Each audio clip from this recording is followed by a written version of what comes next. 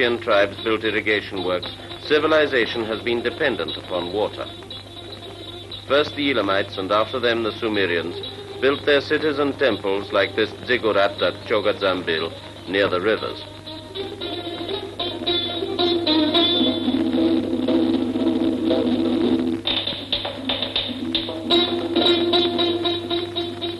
Archaeological discoveries have shown how, in the elaborate hierarchy of the Sumerian religion, the cult of the sky and that of water had very important places. These remains at Susa, one of the greatest religious centers, are an example.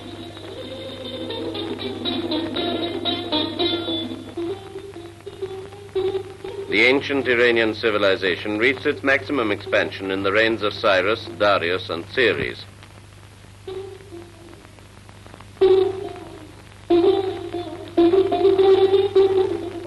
Today, the children play among the ruins of the summer palace Darius built, and all unknowing tell each other the sad story of time. The first civilization learned how to make use of water and how not to be its slave. But it was the Romans who came later who made a vast net of roads with bridges which, patched up, are still in use today over the big rivers. The Romans, however, did not merely build works of strategic importance. They went further and harnessed water for peaceful and progressive purposes. They built mills like those at Shustar, which are still in use today.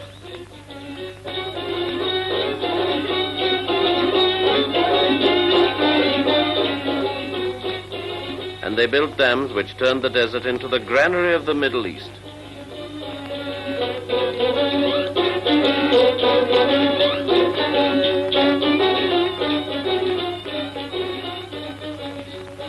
The long Arab domination brought no improvements. The villages and towns came back to the riverbanks, and of the control of the waters nothing remained except for the traces left by the Romans. Even today, the siting of the principal inhabited centers is dependent upon the river system.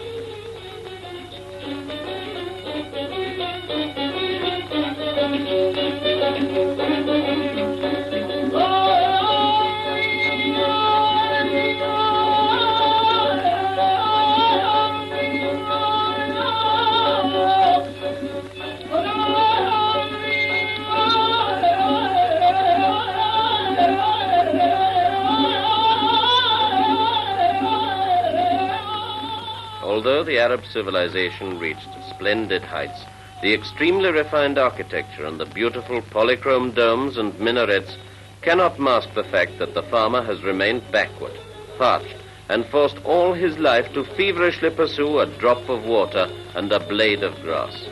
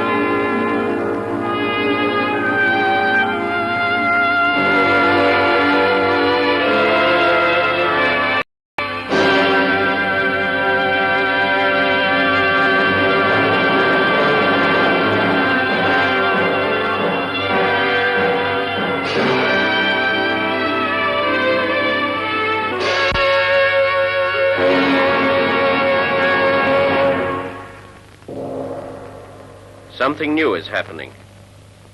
The age-long silence has been broken by new voices, the voices of men at work. They ring across the arid plain burnt by the ever-present sun. echo in the rugged gorges cut by the waters of the River DEZ through centuries, and penetrate the deep pits whose walls are covered with the etchings of time.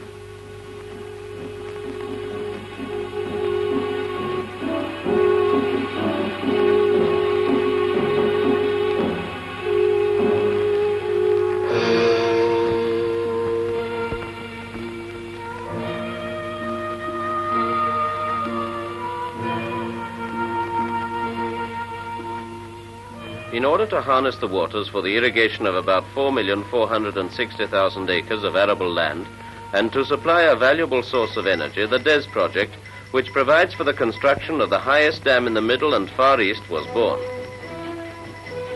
The plan for the hydroelectric station on the River DEZ was made by the plan organization of the Iranian government on a project furnished by the Development and Resource Corporation of New York, which availed itself of the collaboration of the Electro-Consult of Milan for the design of the dam.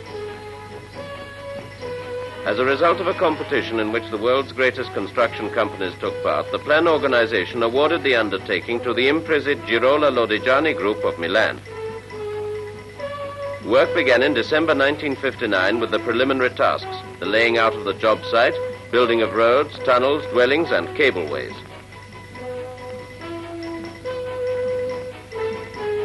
The great distance from supply centers, the nature of the surrounding country, and the difficult living conditions made the phase of preparation particularly arduous and important, especially because of the necessity of moving an enormous quantity of material and equipment to the site.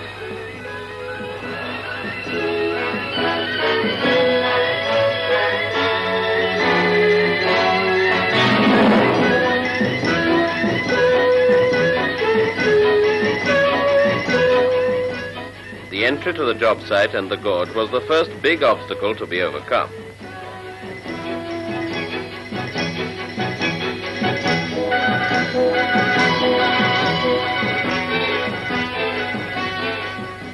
Whilst it was relatively easy to make a road to the edge of the plateau, this was not the case with the gorge.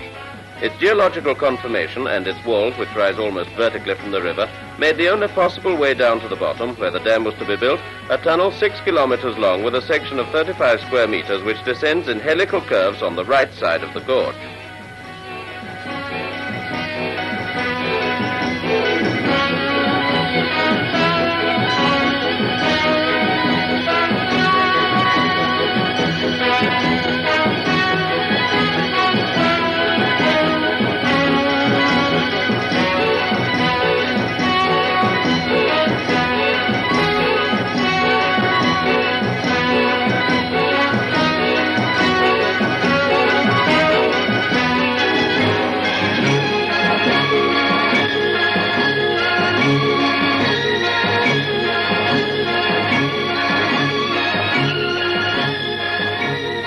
In order to keep the job site free of water, the river had to be diverted through a tunnel which carried the waters of the DEZ to a point below that at which the dam was to be built.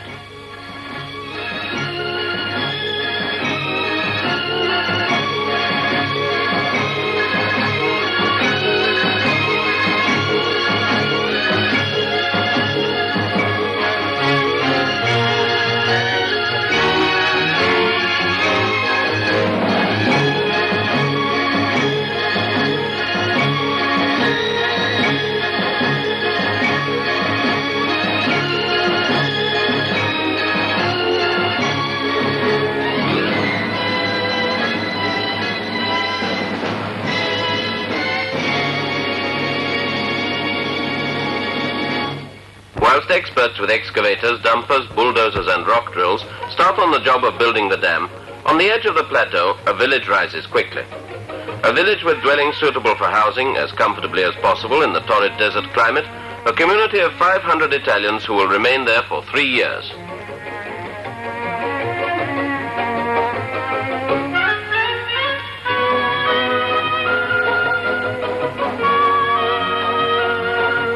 Under construction at the same time as the dwellings and the job office are the technical and administrative offices, a modern thermoelectric power station of 9,000 horsepower to produce the energy necessary for the job and for the life of the village.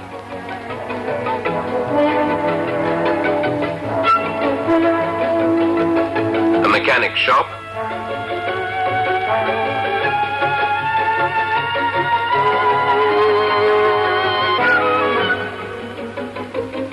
a rationally equipped hospital ready for all emergencies and staffed by Italian doctors.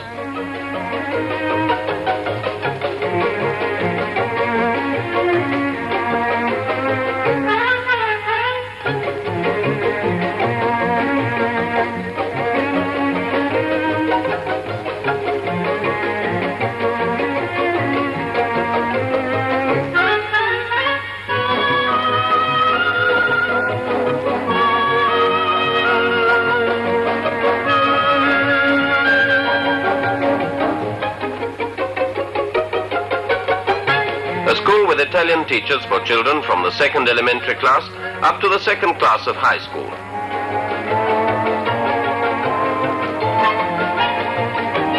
And the Church of Santa Barbara, all built by the company. Other services for the well-being of the community were swimming pools, areas for sports and games,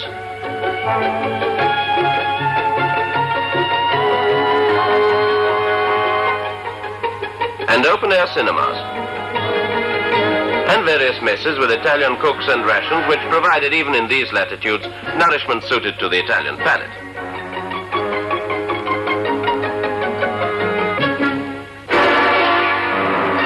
Excavations for the dam were begun in September 1960 and were carried on under extremely difficult conditions, reaching the river bottom in August 1961.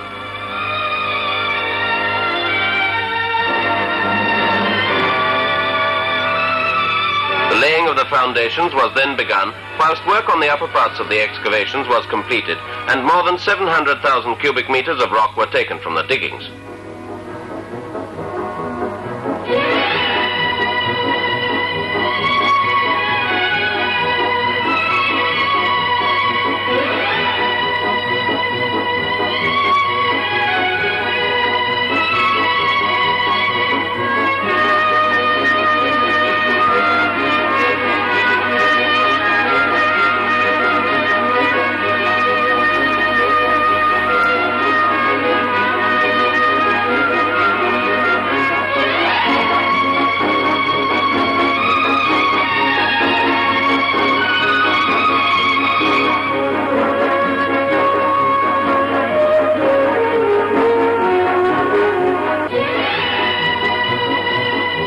The aggregates for the concrete were taken from an alluvial deposit at the foot of the plateau, 25 kilometers from the job site.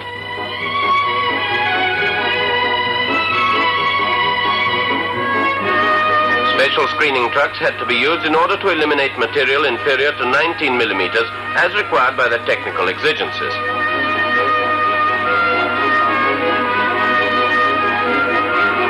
Production was about 2,200 cubic meters per day for a total of about 1 million cubic meters extracted.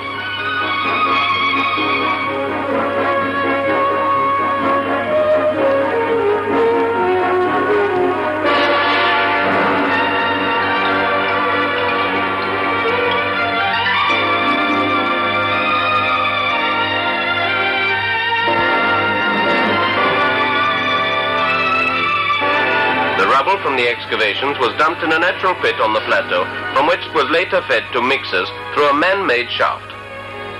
The cement, brought from 250 kilometers away, arrived in special wagons at the nearby railroad station of Andy-Mesh. Here it was unloaded into special trailers which carried it to the silos.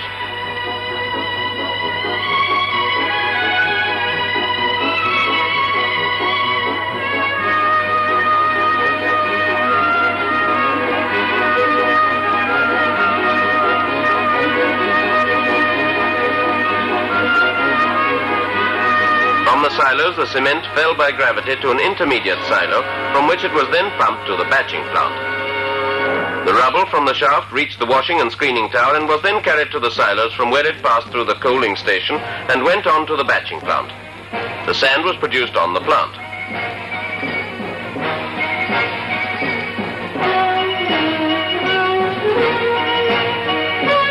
But now let us follow the same process on the plant itself.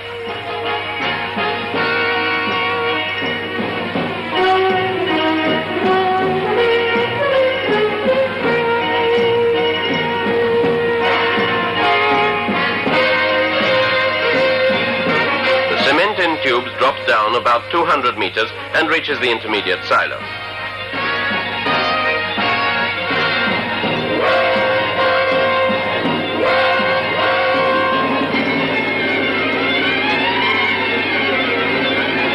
The rubble taken from the shaft is washed and screened and divided into 4 sizes, partially crushed and carried by the conveyor belt to the corresponding silos.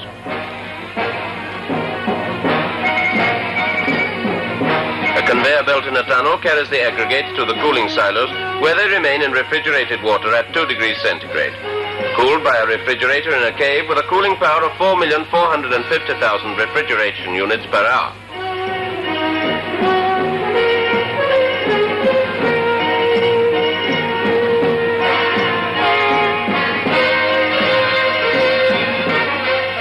The sand is produced by 4 rod mills which crush the excess aggregates of various types.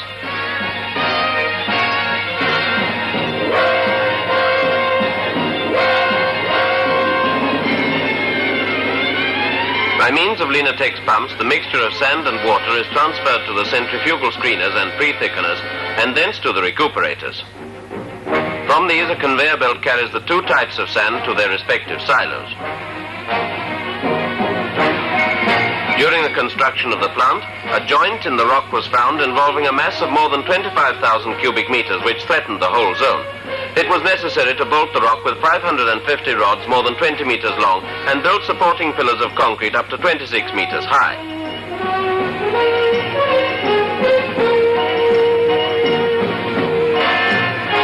Having eliminated the threat of a rock slide, the production of concrete by the batching plant was begun. Automatic control of the tower and the cooling system ensured that a constant and precise proportioning of aggregates and cement with a maximum tolerance of 1% was maintained. The production of concrete was uninterrupted from October 1961 to December 1962 and reached a maximum production level of more than 3,000 cubic meters per day.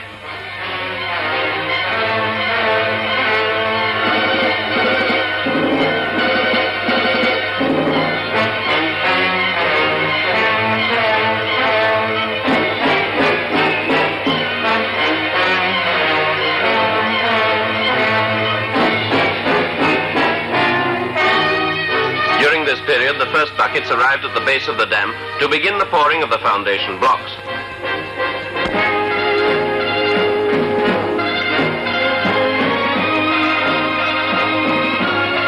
From that date, the 2 principal cableways transported without a break, the buckets weighing 18 tons each.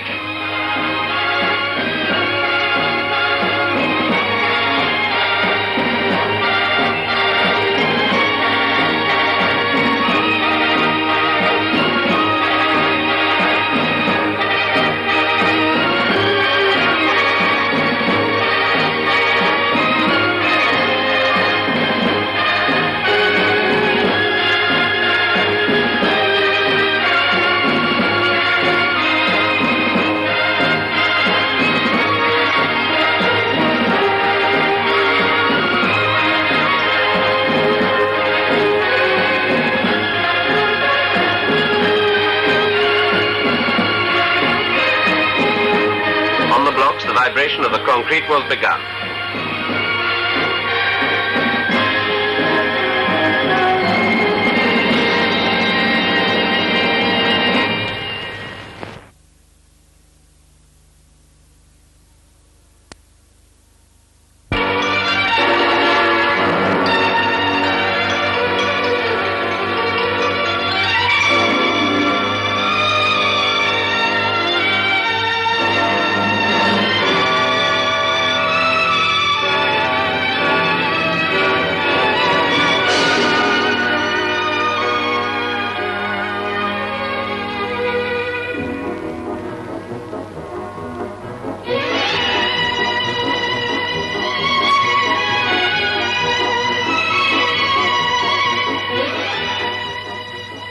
Day by day, with difficulty but with ever-increasing speed, the dam rises and begins to take on its characteristic form.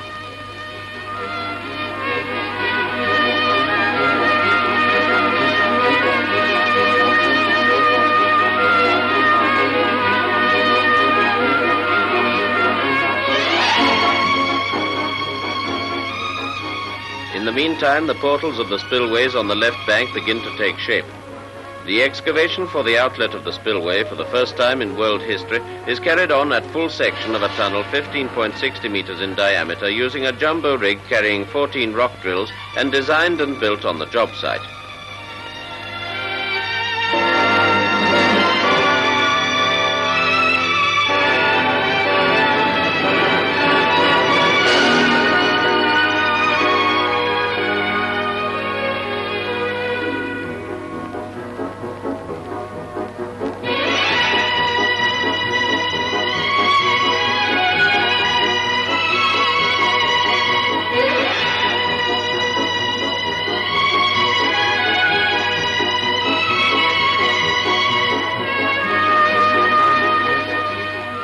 When the dam reached a height of 225 meters, the irrigation conduits were installed.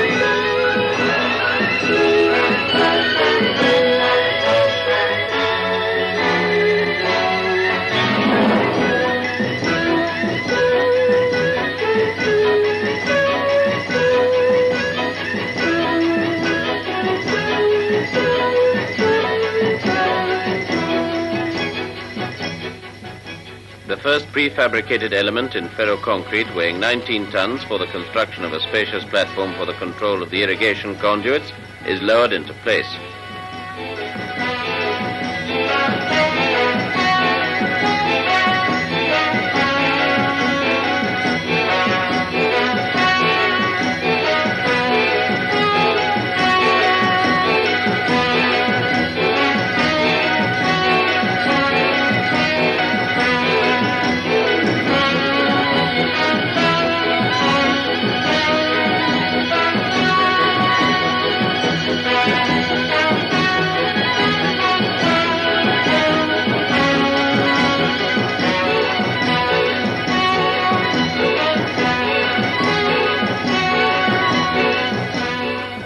The dam is almost at the level of the crest. The guides for the intake sluice gates are poured.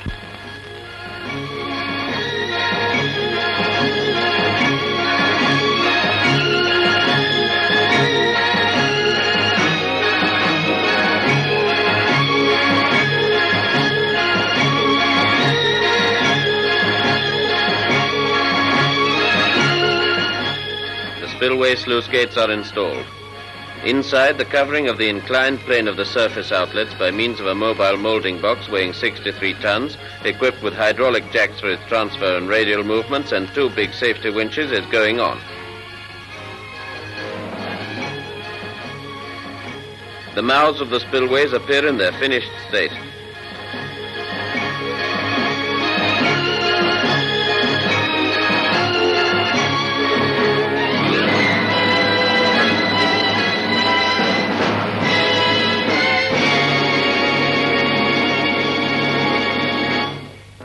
The transformers, weighing 96 tons each, are brought by special trailer from the port of Khorramshahr on the Persian Gulf, 400 kilometers away.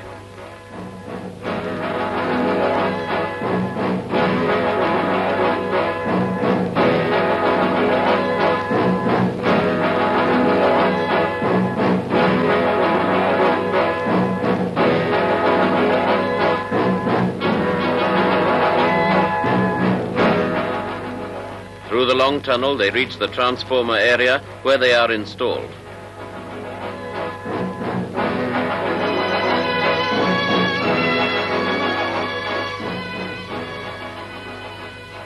The power station itself is housed in a man-made cave almost as big as the main nave of Milan Cathedral, and the assembly of the turbines and generators is in progress.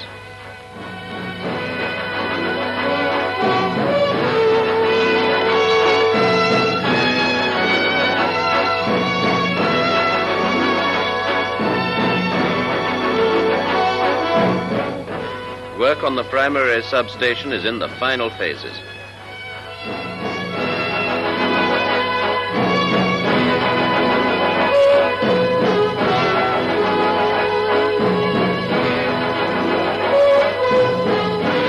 Whilst on the plateau, the pylons for the high-tension cables are being erected.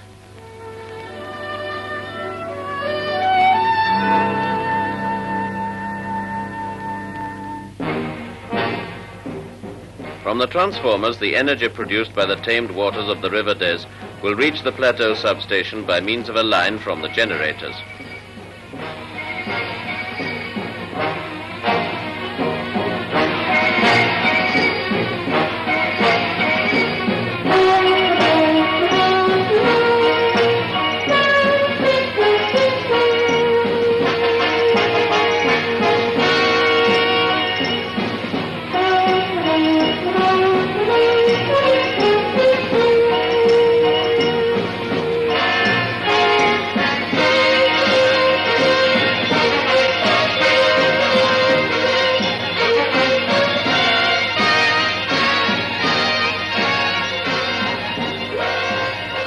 From here, a network at 132,000 volts, which covers the whole of Khuzestan through various substations, will carry the current even as far as the Persian Gulf.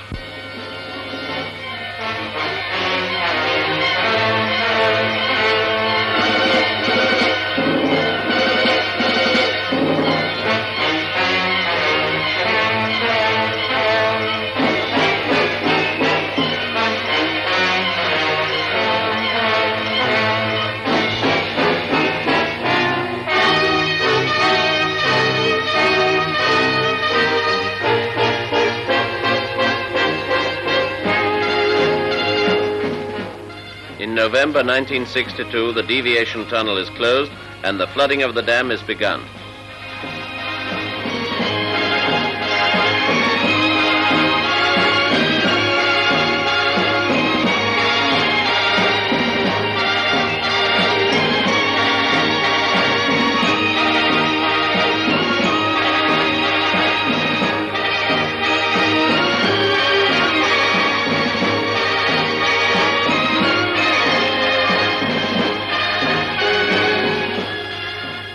Work on the dam is about to reach its close. The last finishing touches are made, and soon nature will come into her own again. No longer an undisputed mistress, but subject to the commands of man for the future well-being of a region as large as 1/3 of the Italian peninsula.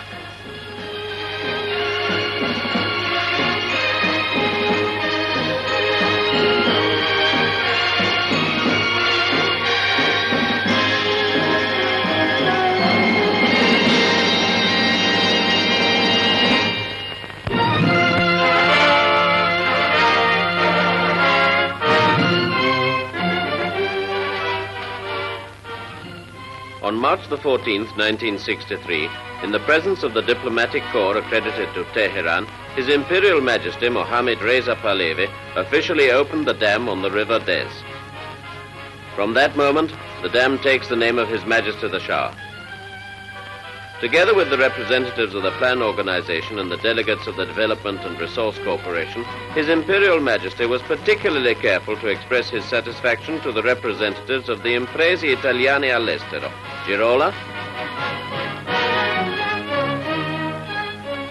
Lodigiani, and KGT.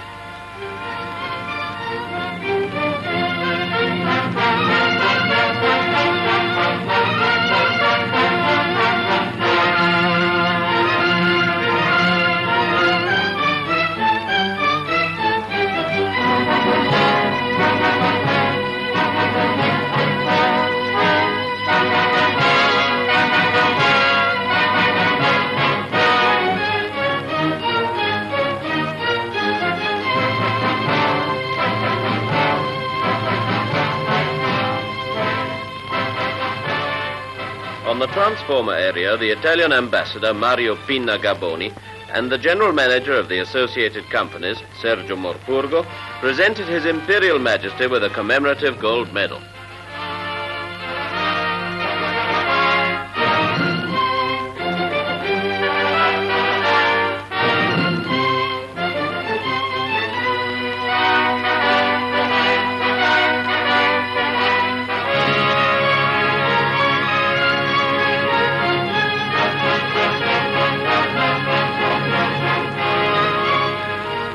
Two workmen, on behalf of their Italian and Iranian colleagues, offered the Shah a plaque made from a sample of the concrete from the dam, a symbol of the brotherhood of the two peoples.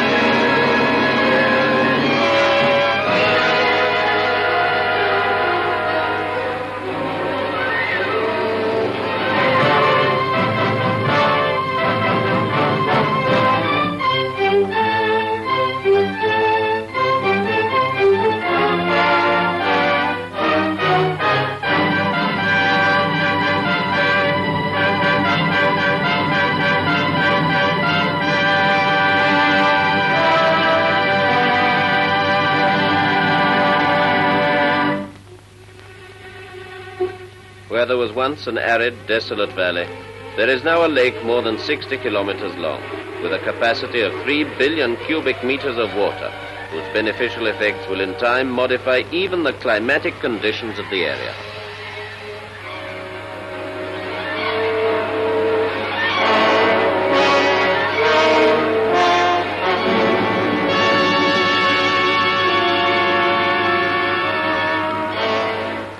The dam is a thin arc with a double curve and is 203½ meters high and is the 6th highest dam in the world and the highest in the Middle East. For the dam itself, 460,000 cubic meters of concrete were used and a volume of 403,000 cubic meters of rock and rubble were excavated, whilst the overall quantity for all installations called for the removal of about 1 million cubic meters of rock and rubble. 100 Italian technicians and 426 workmen, together with 2,000 Iranian laborers recruited from all over the country, achieved a total of 14 million man-hours on the job.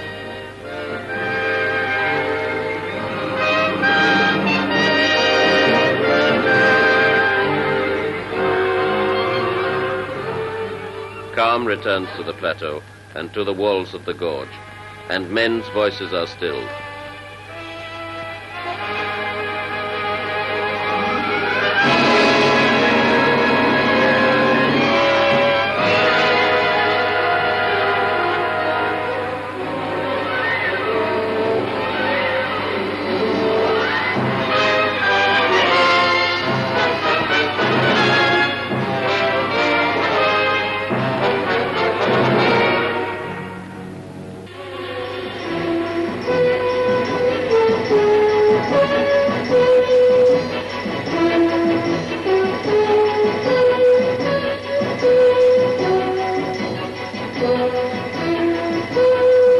In a silence which is no longer deathly but peaceful, the lake lies still under the sun. Witness to a new achievement of civilization.